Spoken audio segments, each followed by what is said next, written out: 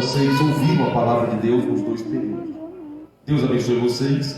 E de coração, eu espero que eu tenha contribuído de alguma forma para a edificação desta igreja.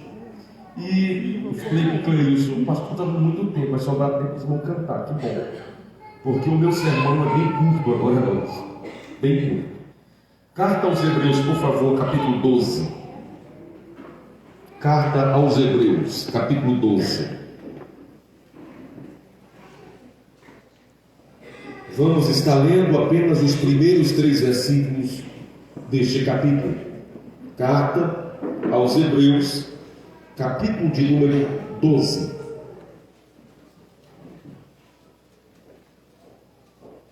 Assim está escrito: portanto, visto que nós também estamos rodeados de uma tão grande nuvem de testemunha, deixemos todo o embaraço e o pecado que tão de perto nos rodeia, e corramos com perseverança a carreira que nos está proposta, olhando firmemente para Jesus, autor e consumador da nossa fé, o qual, pelo gozo que lhe estava proposto, suportou a cruz, desprezando a ignominia, e está sentado à destra do trono de Deus.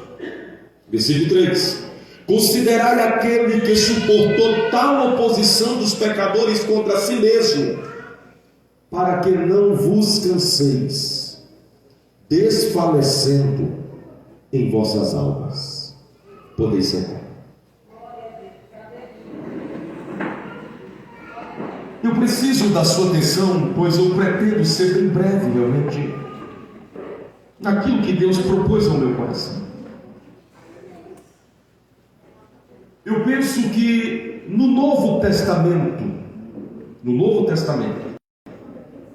depois do livro do Apocalipse, eu penso que a carta aos Hebreus seja o texto ou os textos mais desafiadores do Novo Testamento, depois da carta ou do livro das Revelações. Temos vários fatores para pensar que a carta aos Hebreus é desafiadora. Eu destaco apenas um, que diferente da maioria dos livros, tanto do Antigo Testamento quanto do Novo Testamento, a carta aos Hebreus, nós não sabemos quem escreveu essa carta. E vocês estudaram muito mais do que eu, sabem que quando nós identificamos o escritor, ou do poema, ou do artigo, ou do livro, ou de qualquer texto, quando você conhece o escritor do texto, você tem mais facilidade para compreender o texto, porque muito da personalidade do escritor vai para o texto que ele escreveu. É por isso que a gente percebe diferença de livros da Bíblia. Quando você olha para o livro do profeta Isaías, Isaías é culto, Isaías é estadista, Isaías é profeta do império, profeta do reino, profeta da corte, sabe se portar, de conduta ética, educação. Então quando você olha para o livro de Isaías, é bem polido. Aí você pega o livro de Amós. Amós não é profeta da corte, Amós é vaqueiro. Então a forma de Amós abordar sua profecia é mais rústico. Quando você olha a primeira carta de Pedro, segunda carta de Pedro, a diferença também na forma, na abordagem. A primeira carta de Pedro, os termos, os verbos estão bem empregados. Na segunda carta, parece que é outra pessoa que escreve, e a gente tem que entender o que está acontecendo. É que na primeira carta, Pedro dita, e um amanuense escreve. Só que todo mundo conhece o Pedro, né? Paciência curta. Ele diz: rapaz, esse negócio está demorando demais. Me dá aqui a caneta, que a segunda carta quem escreve sou eu. Aí dá diferença. Então, quando a gente identifica o escritor, a gente tem facilidade de entender o texto. Nós não temos isso na carta aos Hebreus. Nós não sabemos quem escreveu essa carta. Alguns atribuem a escrita da carta aos Hebreus a Paulo. Já vi pessoas afirmarem: Paulo escreveu a carta aos Hebreus. E eles argumentam que Paulo escreveu essa carta porque quem escreveu a carta aos Hebreus precisava entender de cristianismo e de judaísmo. Mas olhando por esse mesmo viés, olhando por esse mesmo argumento, Barnabé também poderia ter escrito essa carta, porque Barnabé entende de judaísmo e entende de cristianismo. Outros atribuem a autoria da carta a Apolo, outros a Timóteo, mas há aqueles que alguns chamam até de ousado. Um amigo um dia falou: Santiago, você é muito ousado em falar isso. Eu tendo mais a crer que esta carta foi escrita por uma mulher, e isto seria desafiador na época. Daí não apareceu o nome do escritor para não causar polêmica. Mas muitos acreditam que esta carta poderia ter sido escrita por uma mulher chamada Prisca, ou Priscila, esposa de Áquila, cooperadores de Paulo na igreja de Roma. Então, mas o certo é que nós não sabemos realmente quem escreveu essa carta. Então, há um mistério em torno do escritor da carta. Mas aquilo que é misterioso em torno do autor ou do escritor, não há mistério algum em torno dos destinatários da carta e do conteúdo da carta. Quem escreveu essa carta, escreveu para a comunidade de crentes judeus, pessoas que em algum momento da sua caminhada estavam presos aos rituais judaicos, à fé judaica, todo o cerimonial da lei judaica. Porém, esses primeiros leitores da carta aos Hebreus foram alcançados pelo Evangelho, foram alcançados pela graça salvadora do Evangelho. E quando o Evangelho entrou no coração desses crentes da carta aos Hebreus, eles entenderam que não precisavam mais ficar presos nos rituais judaicos. Então eles abandonam a fé judaica e abraçam a fé em Jesus Cristo. Porém, este ato de abandono da fé judaica e de abraço da fé em Jesus Cristo gerou para esses crentes alguns problemas, algumas crises. Famílias começaram a ser divididas, filhos começaram a ser rejeitados, esposa começaram a ser desprezada por causa da fé em Jesus. Aqueles que tinham seus empregos garantidos por causa da fé em Jesus perderam seus empregos, e crise financeira começaram a se instalar nessas pessoas. Então, diante deste cenário, estes crentes da carta aos Hebreus começaram a analisar e fizeram uma retrospectiva. E nessa retrospectiva eles começaram a analisar e disseram: quando nós estávamos presos na fé judaica, nós não éramos perseguidos, nós não éramos caluniados, todo mundo gostava da gente, a minha família me chamava para toda a festa. Foi só eu declarar publicamente minha fé em Jesus que eu comecei a ser rejeitado. Eu perdi o meu emprego, o meu amigo foi açoitado, o outro foi morto. Sabe de uma coisa? É melhor abandonar Jesus e voltar para a fé judaica. Então toda a carta aos Hebreus gira em torno disso. Estes crentes aqui estão cogitando abandonar Jesus por causa das crises, das perseguições, das tempestades, e eles estão cogitando abandonar Jesus e voltar para o ritual judaico. Então, diante deste cenário, o Espírito Santo, que é o dono da igreja, que é o Senhor da igreja, que conhece a comunidade cristã, inspirou o escritor da carta aos Hebreus, que nós não sabemos quem é, mas inspirou com um propósito, de escrever esta carta para aqueles crentes, para dizer para eles que vale a pena permanecer firmes em Jesus Cristo, o nosso Senhor. Aleluia! E ele se propõe a escrever. É interessante, você pode fazer isso com cuidado na sua casa, Quando nós olhamos a carta aos Hebreus com cuidado, nós percebemos que do capítulo 1 da carta aos Hebreus ao capítulo 10, este escritor se propõe a fazer uma defesa de fé. Aquilo que nós falamos pela manhã, apologética, defesa de fé. Ele quer defender Cristo, ele quer defender o cristianismo, e ele se propõe do capítulo 1 ao capítulo 10 fazer uma defesa de fé. É como se ele chegasse para aqueles crentes e dissesse para eles: vocês estão querendo largar Jesus? E estão querendo voltar para o judaísmo? Pois eu vou provar para vocês que o abandono da fé em Jesus e o retorno para a fé judaica não é um avanço, mas é um retrocesso. Sabe por quê? Porque vocês estão abandonando aquele que é grande para voltar para aquilo que é pequeno. Vocês estão abandonando aquele que é eterno para voltar para aquilo que é passageiro. Vocês estão abandonando aquele que é concreto para voltar para aquilo que é apenas sombra das coisas que iriam acontecer. Então ele se propõe a fazer isso. Com cuidado, você vai observar na sua casa. Primeira defesa de fé dele é como se ele chegasse para aqueles crentes e dissesse para eles: vocês querem abandonar Jesus e voltar para o ritual judaico? Pois eu quero dizer que Jesus é maior do que esses anjos do ritual judaico que vocês veneram. Sabe por quê? Porque dentro do bojo de fé judaica, eles entendiam que os anjos participaram do processo de entrega da lei lá no Sinai. Então no judaísmo, anjo é venerado. No judaísmo, anjos são admirados. Aí ele chega para aqueles crentes dizendo assim: olha, vocês estão querendo largar Jesus e estão querendo voltar para a fé judaica. Pois eu quero dizer para vocês que Jesus é maior do que os anjos. Aleluia!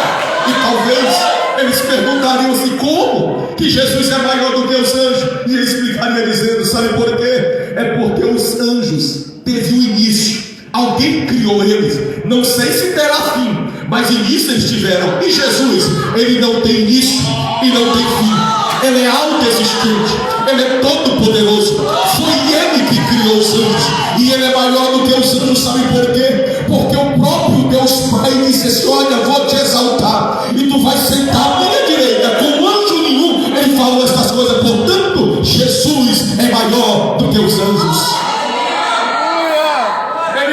Faz a primeira defesa de fé, ele já parte para a segunda. Ele diz: vocês estão querendo largar Jesus? Estão querendo voltar para o judaísmo? Pois eu quero dizer para vocês que agora ele vai no cerne, ele vai no coração do judaísmo. Ele diz: olha, Jesus é maior do que Moisés. Isso é quase uma afronta, porque o Moisés, ele é a base da fé judaica e da ética judaica. Como que Jesus é maior do que ele? Ele diz: não sou eu que estou falando isso. Foi o próprio Moisés que disse que Deus levantaria um profeta maior do que Moisés. E esse profeta é o Messias, é Jesus Cristo de Nazaré. Ele mal faz a primeira defesa, ele vai para a segunda. E ele vai fazendo isso do 1 ao 10. Jesus é maior do que Josué. Jesus é maior do que o ofício da lei. Jesus é maior do que o ofício sacerdotal. Jesus é maior do que a ordem de Melquisedeque. Jesus é maior do que todos os cerimoniais da lei.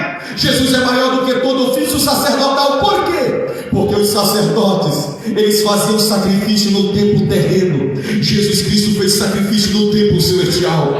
Os sacerdotes tinham que fazer sacrifício todo ano por si mesmo. Jesus Cristo fez o único sacrifício que vale para todo sempre. Portanto, Jesus é maior. Aleluia! Ele está dizendo para aqueles crentes como abandonar aquele que é maior. Como abandonar o grande? Como largar o Todo-Poderoso? Como abandonar a fé nesse que domina sobre todas as coisas? Vocês estarão perdendo se abandonarem Jesus. Você estará retrocedendo se largar a sua fé em Jesus Cristo. Do 1 ao 10, ele vem defendendo a fé. Aí ele faz uma conclusão da sua defesa de fé, do capítulo 10 e verso 39. No capítulo 10 e verso 39, ele conclui toda a sua apologética. De que forma? Ele conclui dizendo assim: nós, aleluia, nós, porém, Não somos daqueles que retrocedemos para a perdição, mas nós somos daqueles que avançamos pela fé para a preservação da alma. Ele está dizendo para aqueles crentes fracos, desanimados, perseguidos, injustiçados, caluniados, está dizendo para eles: Deus não nos chamou para retroceder, Deus nos chamou para marchar, Deus nos chamou para romper. Aleluia! Ele não está desprezando as dores dele. O escritor não está desprezando os traumas daquela igreja, o sofrimento daquela igreja, mas está dizendo para eles que vale a pena permanecer, porque Deus não nos chamou para retrocesso da perdição, mas nos chamou para marchar, para romper, para avançar, com o único propósito que a preservação da alma. E por que ele havia dito isso? Porque no 37, por que ele falou isso? Porque no 37 ele havia dito: porque ainda um pouquinho de tempo, o que há de vir virá, e ele não tardará. Então, igreja, vocês se situaram no texto. Quem escreveu essa carta, escreveu para a comunidade de crentes sofridos.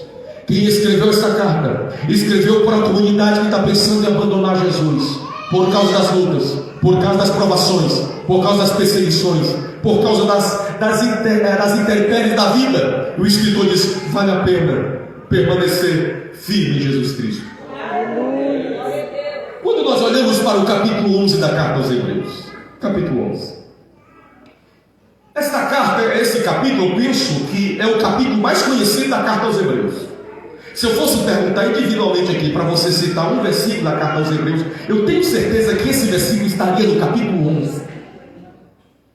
É o mais conhecido, é o capítulo da galeria dos heróis da fé. É neste texto que está dizendo que sem fé é impossível agradar a Deus. E o escritor começa o capítulo 11 com algumas afirmações curiosas. Ele começa a dizer assim: ora, a fé é o firme fundamento ou a certeza das coisas que se esperam, e ela é a convicção, a prova daquilo que a gente não está vendo. Não se esqueça, ele está escrevendo para a comunidade sofrida, ele está escrevendo para a comunidade que está com medo das lutas e está dizendo: é melhor largar Jesus. Ele diz: olha, a fé, ela é uma convicção, ela é uma certeza.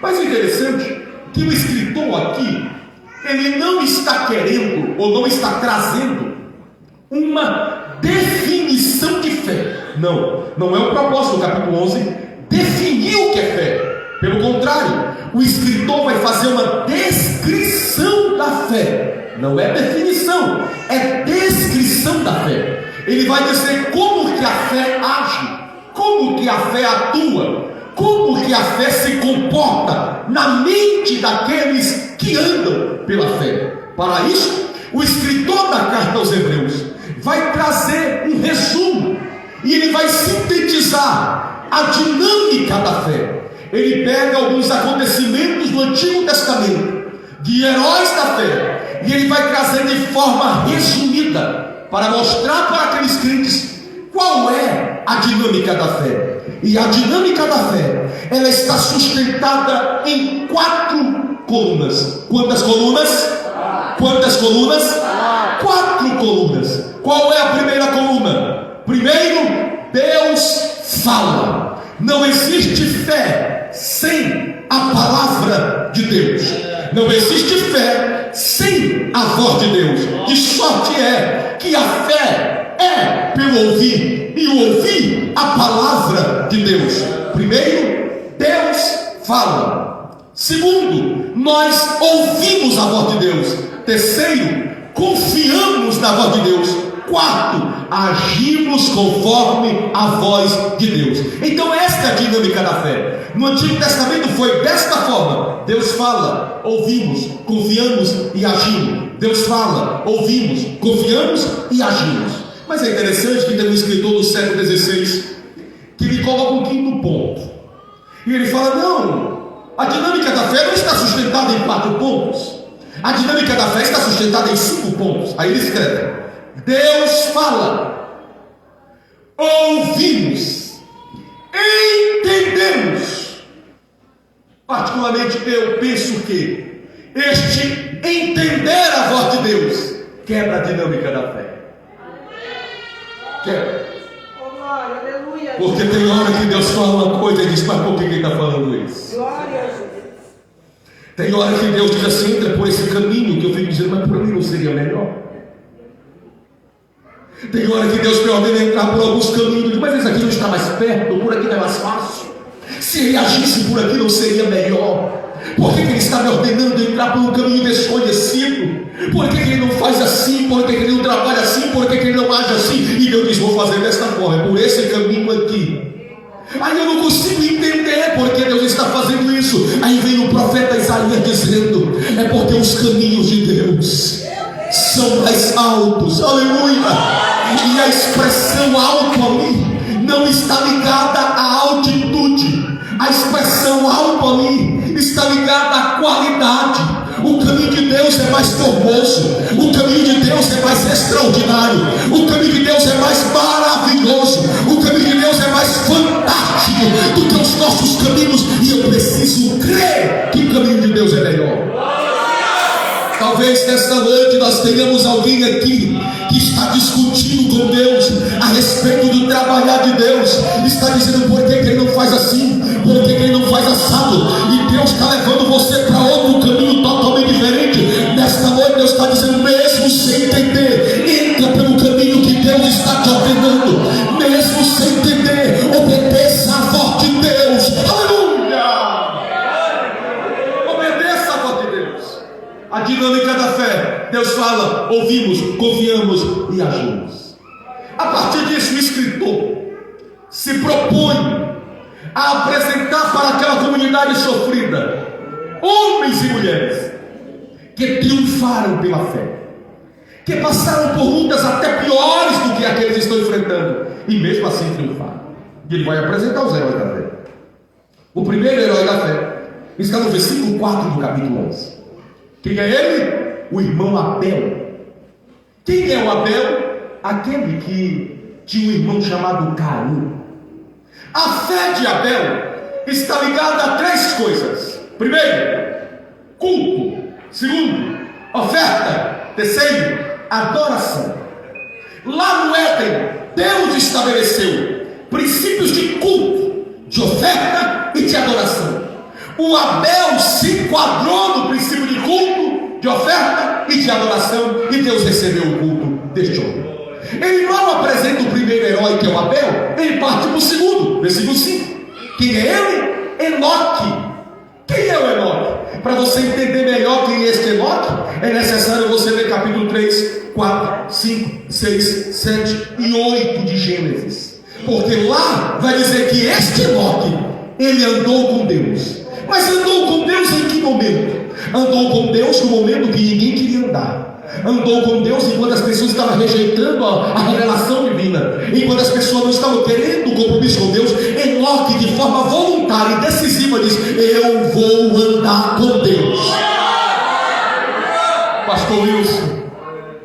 E Enoque andou com Deus, mas tão perto de Deus, obrigado, tão próximo de Deus, mas tão perto de Deus, que chegou um momento que Deus disse assim: vou andar contigo aí na rua. Não vou andar contigo aí mais. É tu que vem andar comigo aqui em cima. E Deus tomou o Enoque para ele, e ele já não foi visto na sua geração. Aleluia! Oh, glória a Deus! Enquanto a fé de Abel está ligada a culto, adoração e oferta, a fé de Enoque está ligada a relacionamento com Deus, intimidade com Deus, caminhar com Deus, sentir Deus, falar com Deus, ouvir Deus, comungar com Deus. Esta é a fé deste homem chamado Enoque. Mas, me ouça por favor, eu não sei vocês, mas eu, Santiago, eu fui muito confrontado quando estudava esse texto. E eu fui confrontado pelos dois primeiros heróis. Confronta, gente. Por quê? Eu pergunto a vocês. A tua igreja estudada sábado, né? Qual foi o final da vida de Abel? Alguém lembra? Foi morto pelo próprio irmão, sim ou não? De forma covarde, injusta e traiçoeira. Ok? Maravilha. Aí eu pergunto para vocês, qual foi o final da vida terrena de Enoque? Não provou a morte do Deus dele, e ele foi. Aí eu me pergunto, os dois não são crentes? Sim ou não? Ele não serve ao mesmo Deus? Eles não têm fé? E por que eles têm finais de vida terrena tão diferentes? Eu só encontrei uma resposta. Não estou dizendo que é a única que tem. Eu só encontrei uma resposta. Não estou dizendo que é a única. É porque o Deus que nós estamos adorando ainda aqui nessa noite, Ele tem um plano diferente para cada pessoa que crê. Ele tem um plano para a minha vida. Ele tem um plano para a sua vida. Ele tem um plano para a sua vida. Ele tem um plano para a sua vida. É certo que uns padecerão mais, outros padecerão menos, mas Ele será glorificado em tudo e em todos aqueles. Isso é tão sério? Alguns dias atrás, já tem mais de ano, acho que mais de ano, eu falo alguns dias, mas que o tempo não passa até. Mas já tem mais de ano. Eu já tenho um bom tempo que eu venho estudando a carta aos Hebreus, versículo por versículo, estudando. E eu estudando algumas coisas da carta aos Hebreus, resolvi fazer uma publicação no meu Instagram. Publiquei alguma coisa lá concernente à fé. Não demorou muito, uma moça entrou em contato no Instagram, no direct do Instagram, e mandou uma pergunta. E a pergunta era assim: Pastor Santiago, o que é fé? Quando eu li aquilo, eu com a ajuda de Deus, eu tenho certeza que foi Deus que agiu naquele momento, eu percebi, o Espírito Santo me fez entender que a pergunta daquela moça não tem a ver com desacreditar em Deus, não tem a ver com incredulidade, mas eu percebi que tinha alguma coisa por detrás daquela pergunta. E eu mandei uma mensagem respondendo: Pai do Senhor, meu irmão, o que está acontecendo? Ela perguntou o que é fé, e eu pergunto o que está acontecendo. É só Deus fazer isso, né? E ela mandou um textão. Ela, 23 anos de idade, filha única, a mãe muito nova, as duas muito dinâmicas na obra de Deus. E eu conheço o pastor dela, pastor Levi, da Vila de Deus. Elas muito dinâmicas na obra, piedosas as duas, mulheres de Deus, muitas promessas de Deus. Ela participa de uma festa de casamento, uma quarta com a mãe. Na sexta estão velando a mãe. A menina não conseguiu conciliar aquilo, discernir aquilo. E ela perguntou para mim: Pastor Santiago, me faltou fé. Eu fui lá na UTI onde minha mãe estava, eu orei, eu ministrei a cura, com fé e convicção. Por que não aconteceu? Então me diga, Santiago, o que é fé? Eu não soube responder a moça naquele momento. Li todo o texto dela e essa pergunta no final eu esperei um pouco.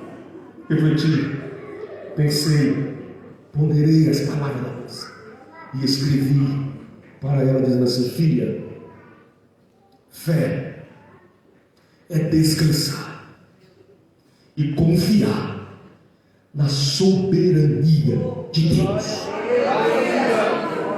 Filha, eu não consigo te explicar o porquê que Deus levou a sua mãe, mas eu consigo te garantir que o Deus que levou é o Deus que cuidará de você.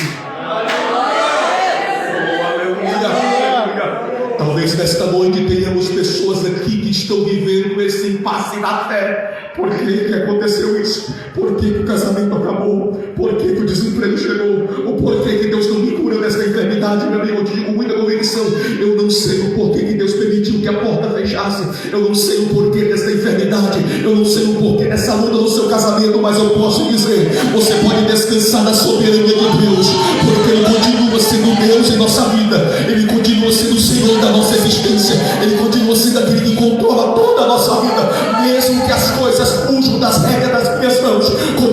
no controle da mão do Deus Todo-Poderoso. O fato das coisas saírem do controle da sua vida não significa que saiu do controle da mão de Deus. Não, Deus continua no controle de todas as coisas. Nós continuemos. Ele mal apresenta o segundo herói da fé. Ele apresenta o terceiro, que está no versículo 8. Se eu estou equivocado, versículo 8, se não me engano. Versículo 8, do capítulo 11.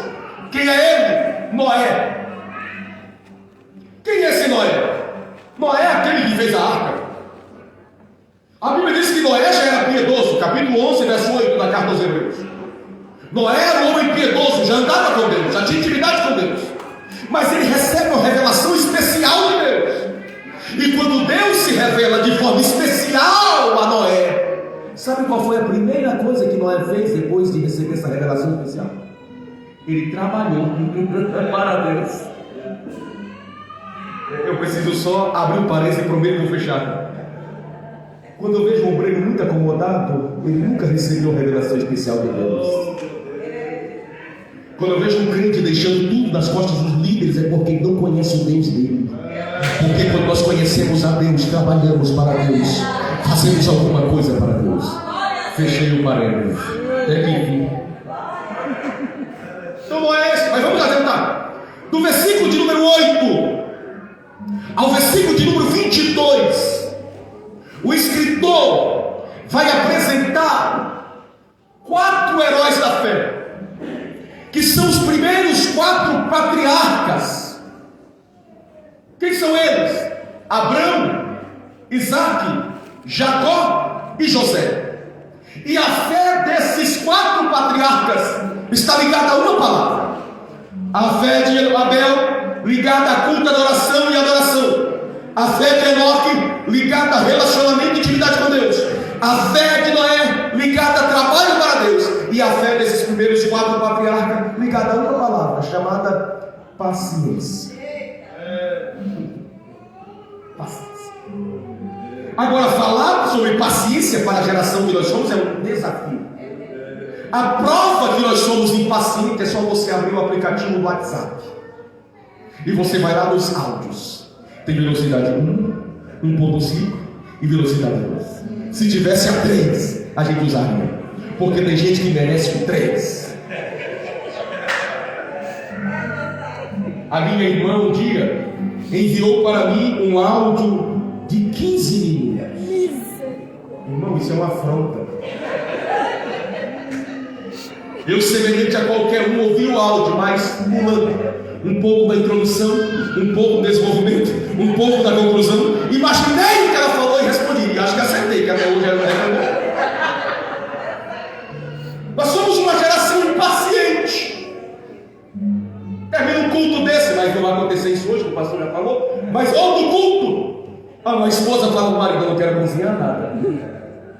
Vamos pedir uma coisa, e geralmente quando acontece na minha casa, quase todo final de semana,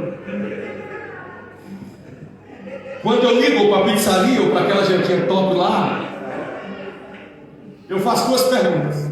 Primeiro, qual é o valor? Ok. Segundo, quanto tempo vai demorar? Geralmente eu falo: o motoqueiro mais imprudente que tiver aí, manda ele. Que Deus guarde a alma dele. Manda para chegar rápido. Então nós somos uma geração impaciente. Mas esses 4 patriarcas tiveram que passar pelo teste do tempo da promessa. Deus fez uma promessa a Abraão quando ele tinha 75 anos. Deus cumpriu a promessa quando ele tem 100 anos de idade. E nesse processo de espera pela promessa, o que fere a gente não é o se, é o quando. Eu não fico perguntando: será se Deus vai abrir? Eu não pergunto se Ele vai abrir. Eu sei que Ele vai abrir. A pergunta é quando. Não é se Deus vai curar, porque eu sei que Ele cura, mas quando. Não é se Deus vai salvar, porque eu sei que Ele salva, mas quando que Ele vai fazer? O quando de Deus chegará no momento certo. E no momento que Ele chegar, o nome do Senhor será glorificado. Que nesse tempo de espera, algumas pessoas cansam. Aí é necessário você ler capítulo 16 de Gênesis. A síntese do capítulo 16 é esta: e Sara cansou de esperar. Já são 11 anos esperando, depois da promessa. E Sara disse: olha, meu bem, eu não aguento mais os olhares de julgamento das pessoas. Eu não aguento mais as pessoas apontando o dedo para mim, me chamando de amaldiçoada porque não consigo gerar. Sabe de uma coisa? Nós temos o código de Hammurabi que pode dar base para as nossas decisões. Deita-te com a escrava. E Abraão disse: vou fazer o esforço. Porque se porventura ele deitasse com a escrava e a escrava engravidasse e Abraão tomasse a criança no colo, o filho já não seria mais da escrava, o filho seria de Abraão. Então Abraão faz isso. Sara, cansada de esperar, disso: vamos dar uma ajudinha para Deus. Aqui na igreja estudada eu posso adiantar. Você sabe o final da história disso. Então o que nós aprendemos aqui é que quando alguém cansa de esperar, casa errado. Quando alguém cansa de esperar, faz negócio errado. Quando alguém cansa de esperar, sai do lugar que não era para sair, entra onde não era para entrar. Nesta noite Deus não está perguntando se você tem fé. Deus está perguntando se você terá paciência de esperar Ele agir no tempo certo. Deus está preocupado se você tem muita fé. Deus está dizendo: você tem paciência para esperar o tempo chegará, o milagre chegar na hora certa. E quando o milagre chega é extraordinário. Deus deu para aquele casal um filho chamado Isaac. E alguém traduz o nome Isaac apenas como riso, sorriso ou alguma coisa nesse sentido. Mas a etimologia do nome Isaac tem muito além do que o riso e sorriso. Aí a palavra Isaac significa recompensa pela paciência. Deus recompensou aquela família por esperar. Mas adiantemos. Chegamos no capítulo 12. Me ouça, por favor. A divisão da Bíblia entre capítulos e versículos é algo novo. Não havia isso nos textos originais. E qual é o propósito da divisão da Bíblia entre capítulos e versículos? Apenas para a gente se localizar melhor, ou se perder nos textos. Por que essa informação é importante para esta mensagem de hoje? É porque o enredo do capítulo 11 é o mesmo enredo do capítulo 12. Não é que no capítulo 11 o escritor está falando de um assunto, no capítulo 12 vai falar de outro. Não, o assunto do capítulo 11 é o mesmo do 12. No capítulo 11 ele está apresentando heróis da fé. E no capítulo 12 ele vai apresentar o maior herói da fé. Quem é ele? Jesus. Mas é porque Jesus teve fé? Não, é porque ele é o autor e consumador da fé. Me escute, por favor, eu já estou finalizando. O capítulo 12 fosse mais ou menos isso. É como se aquele escritor chegasse para aqueles crentes, os primeiros leitores do texto, e dissesse para eles assim: olha, eu sei porque vocês estão querendo largar Jesus. Eu sei porque você está achando a cruz tão pesada. Eu sei porque você está reclamando da vida e está querendo retroceder. Eu sei. Aí eles perguntam: então o que a gente está fazendo de errado? Ele diz: vocês estão olhando para tantos lugares e vocês não estão olhando para os lugares certos. E ele se propõe nesses primeiros 3 versículos a dizer para aqueles crentes para onde eles deveriam olhar quando as lutas chegarem. Eu quero falar com vocês rapidamente sobre isso. Para onde você deve olhar quando a angústia chegar? Para onde você deve olhar quando a enfermidade vier? Para onde você deve olhar quando as angústias, as lutas emocionais da nossa vida surgirem? Para onde devemos olhar? Para onde devemos olhar quando o desânimo vier sobre nós e a gente não tem vontade de vir para a igreja? Para onde devemos olhar? Por favor, volte os seus olhos para o capítulo 12, versículo 1. O texto diz assim: portanto, visto que nós também estamos rodeados de uma tão grande nuvem de testemunhas. A pergunta que devemos fazer ao texto é o seguinte: que nuvem é essa? Quem são estas pessoas que são testemunhas que compõem esta nuvem. Quem é? Quem são essas pessoas? Esta nuvem que aparece no capítulo 12 são os heróis da fé do capítulo 11. É Abraão, é Isaac, é Jacó, é Jefté, é José, é Débora, é Baraque, é Sansão, é Gideão, é Moisés, é Davi, é Ana, é Samuel. São estas pessoas. Então o que o escritor está dizendo é: quando as lutas chegarem, olhe para os homens da Bíblia, se inspire nos homens e mulheres de Deus. Por quê? Porque eles passaram por lutas piores do que a de vocês, e eles triunfaram. Se a igreja do passado triunfou, a igreja do presente triunfará. Por quê? Porque Jesus Cristo é o mesmo ontem, hoje e eternamente. Aleluia!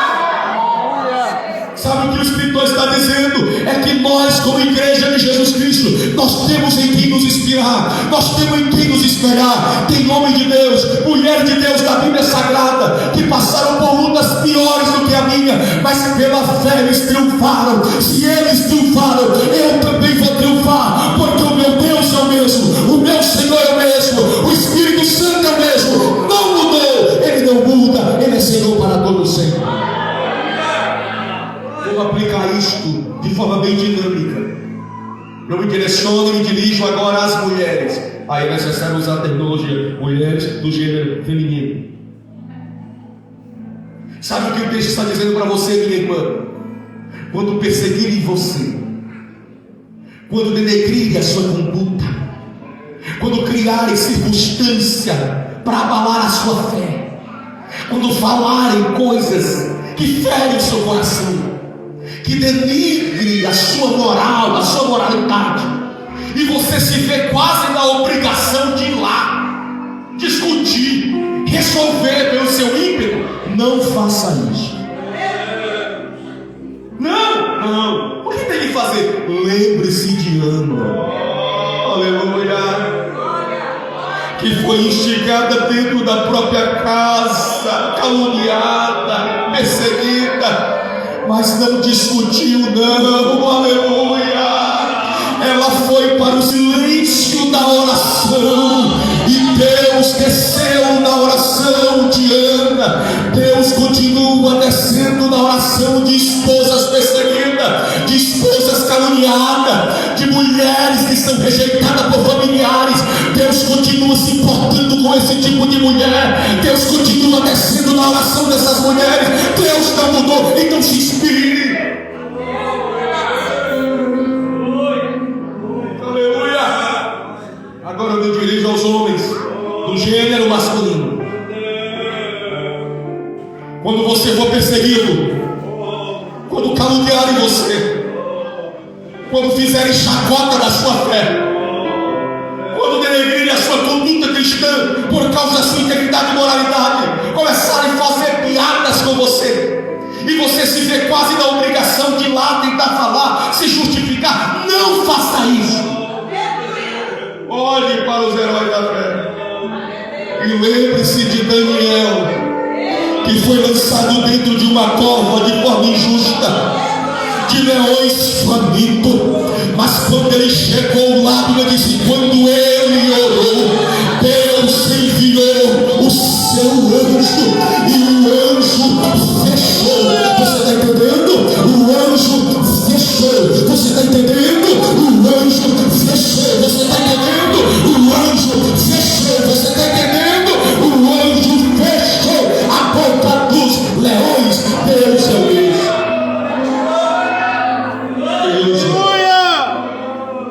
O texto está dizendo, igreja, quando as lutas chegarem, olhe ao seu redor, biblicamente, e se inspire. Mas não para por aí. Olha a parte B do versículo 1. A parte B fica a partir da segunda vírgula. Ele diz assim, ó: deixemos todo o embaraço e o, artigo definido singular, e o pecado que tão de perto nos rodeia, e corramos com perseverança a carreira que nos está proposta. Na parte A do versículo, eu me inspiro. Na parte B do versículo, eu analiso. Na parte A do versículo, eu me inspiro em heróis. Na parte B, eu olho para dentro de mim. Vocês estudaram mais do que eu, sabem que o escritor aqui colocou uma figura de linguagem no texto. Ele fala de correr, ele fala de corrida. Então ele está falando de um atleta que precisa correr bem. Mas para correr bem ele tem que fazer algumas coisas. Exemplificar para vocês, por favor, me ouça. Imagine um atleta. Quem já ouviu falar daquela corrida do Brasil chamada São Silvestre? Eu falo? No dia 31 de dezembro de cada mês, de cada ano, tem lá São Silvestre. E parece que é a maior da América Latina. Imagine um atleta que deseja muito correr a São Silvestre. Se preparou fisicamente, psicologicamente, financeiramente, saúde, pagou todas as taxas de inscrições, viajou para São Paulo, chegou o dia da corrida. Ele chegou lá para correr, vestido no terno, calçado um sapato social de gravata e com uma Bíblia. Peguei a minha filha, mas foi dessa espessura aqui para correr. Ele era um corredor assembleiano, pentecostal ainda. Eu lhe pergunto, este atleta correndo da forma que pintei para vocês, este atleta terá êxito na sua corrida, sim ou não? Parece redundante, mas é necessário. Por que ele não terá êxito? Porque ele não está vestido de forma adequada, correta. Então, para este atleta que pintei para vocês correr bem, o que ele tem que fazer? Tira, deixa aquilo que está atrapalhando ele a correr a carreira que está proposta. É isso que o texto está dizendo para vocês nesta noite. Há uma carreira para você, há uma corrida para você. E quem colocou não foi o pastor Wilson, quem colocou não foi o pastor Weber, não foi. Quem colocou não foi a líder de senhoras, ou o departamento infantil, ou os obreiros, não. Foi o próprio Deus que traçou o seu itinerário e disse: corra, avança, porque eu chamei você. Mas a pergunta desta noite é a seguinte: por que eu não consigo correr? Por que eu não consigo avançar? Por que eu não consigo me envolver com as coisas de Deus? Por que eu não consigo ler a Bíblia? Por que eu não consigo orar? Por que eu não consigo jejuar? Por que eu não consigo consagrar? Por que eu não consigo cultuar? Talvez você está carregando algumas coisas que está só te atrapalhando. Você está carregando peso que não são seus, fardos que não são seus. E nesta noite Deus está dizendo: é hora de tirar tudo isso. É hora de abandonar tudo isso. E quanto mais você tira, mais leve você fica. Quanto mais você tira, mais dinâmica você tem. E você vai correndo e vai se envolvendo, correndo e se envolvendo, correndo e se envolvendo, e chegando mais perto de Deus cada vez mais. Nesta noite Deus te trouxe aqui para te dizer: há uma carreira para você, há uma corrida para você, mas você não está conseguindo correr. Por quê? Porque você está envolvido com muitas coisas que não é para você envolver. Mas nesta noite o Espírito de Deus está dizendo: larga, abandona tudo isso, abandona esse peso que não é seu, essa carga que não é sua, porque você vai correr, vai avançar e vai chegar no alvo que Deus tem. Eu sinto a presença de Deus aqui de uma forma muito especial aqui nesta noite. É muita pessoa que não está correndo, sabe por quê? Porque está presa a tantos traumas, a tantas feridas na alma. E eu preciso entregar uma palavra de Deus de forma muito direta para o coração de alguém aqui nesta noite. Entenda, por favor, o inimigo das nossas almas, ele é especialista em amarrar pessoas ao passado de dor, ao passado de traição, ao passado de frustração, ao passado de culpa, ao passado de palavras que feriram. E já tem 10, 15 anos que isso aconteceu, mas quando você lembra, parece que está acontecendo naquele exato momento e você não consegue avançar. Nesta noite Deus está dizendo: larga isso, abre mão disso, porque tem um futuro glorioso para você nesta noite. Aleluia, aleluia, aleluia, aleluia.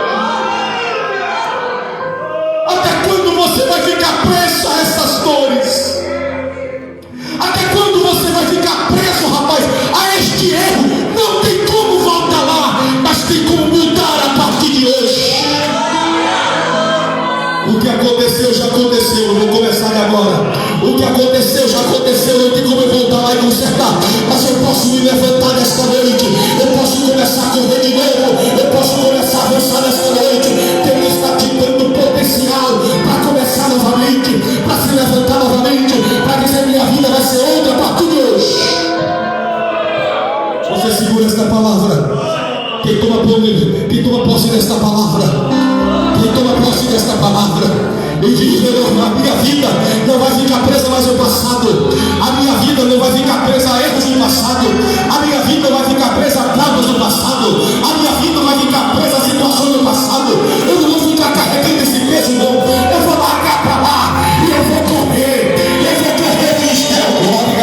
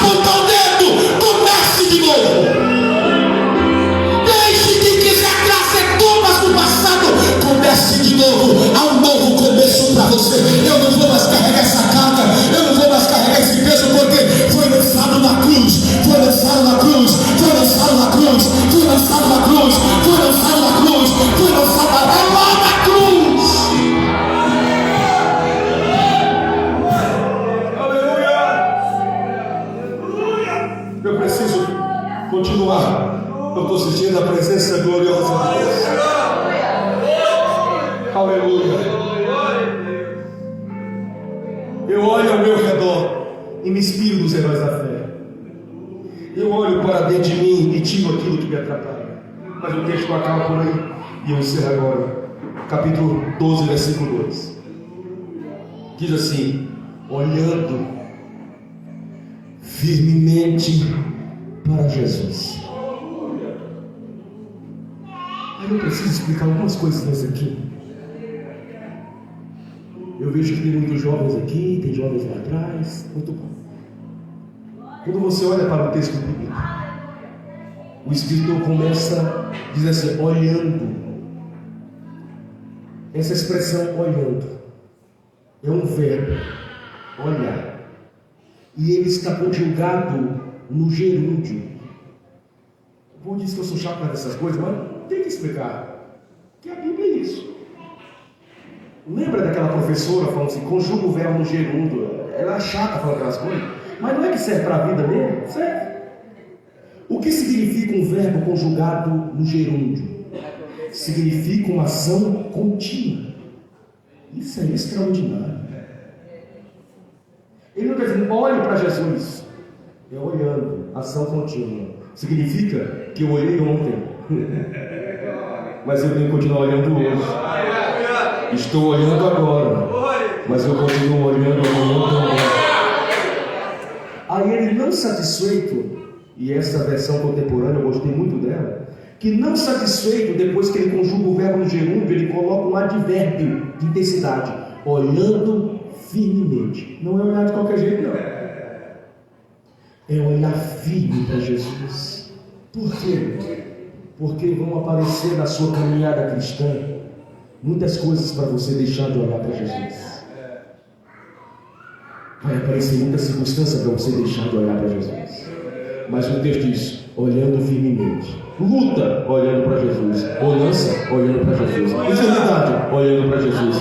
Saúde, olhando para Jesus. Tristeza, olhando para Jesus. Alegria, olhando para Jesus. Sendo abraçado, olhando para Jesus. Sendo rejeitado, olhando para Jesus. Tendo oportunidade, olhando para Jesus. Não tendo oportunidade, olhando para Jesus. Nada muda o meu olhar, olhando firmemente para Jesus. Por que olhar para Ele? Porque Ele é o autor e consumador da nossa fé. Então significa que enquanto eu olho para Jesus, eu tenho fé. Enquanto eu olho para Jesus, eu tenho ânimo. E por que eu preciso olhar para Jesus. A explicação está no versículo 3, parte C. Diz assim: para que não vos canseis, vírgula, e desfaleceis em vossas almas. O perigo não é só cansar, porque mesmo olhando para Jesus é possível cansar. A gente cansa fazendo a obra. Tem dia que a gente prega arrastado. Tem dia que a gente queria estar sentado para ouvir, tem que se pôr de pé para falar o peso do chamado. Tem dia que você canta sorrindo e a alma está gritando por dentro. Tem dia que você vem para o culto adorando dentro do carro, tem dia que você não consegue adorar nem aqui dentro. É normal cansar. O perigo não é cansar, o perigo é desistir. Porque para os que cansam, o profeta Isaías diz assim: mas os que esperam no Senhor renovarão as suas forças, subirão com asas como a da águia, correrão e não se cansarão, caminharão e não se fatigarão. A renovação para aqueles que esperam no Senhor. Portanto, o meu propósito nesta mensagem, nesta noite, é dizer para aqueles que me ouvem: quando as circunstâncias adversas vierem sobre vocês, se inspire nos homens de Deus, se desprenda daquilo que é peso e que não é seu, e continue olhando firmemente para Jesus. Por que isto? Porque eu acredito piamente que a verdadeira fé nos faz olhar para o futuro. Porque é lá no futuro que estão as maiores recompensas da igreja. Vai chegar um dia que a trombeta vai tocar e os mortos ressurgirão primeiro, e nós que estivermos vivos subiremos ao encontro do Senhor e estaremos para sempre com o Senhor. Por isso que no capítulo 13, verso 14, o escritor diz: olha, nós não temos aqui cidade permanente, mas nós caminhamos, avançamos para a cidade futura. A verdadeira alegria do cristão, ela é de natureza escatológica. Nos alegramos por quê? Porque em breve a trombeta vai tocar. Por isso eu, como crente, você como crente em Cristo Jesus, precisa cada dia se inspirar nos homens de Deus. Precisa cada dia fazer uma autoanálise sobre a sua vida e tirar aquilo que te atrapalha. E você precisa continuar olhando firmemente para Jesus, porque Ele é o autor e consumador da nossa fé. Se coloque de pé em nome de Jesus Cristo.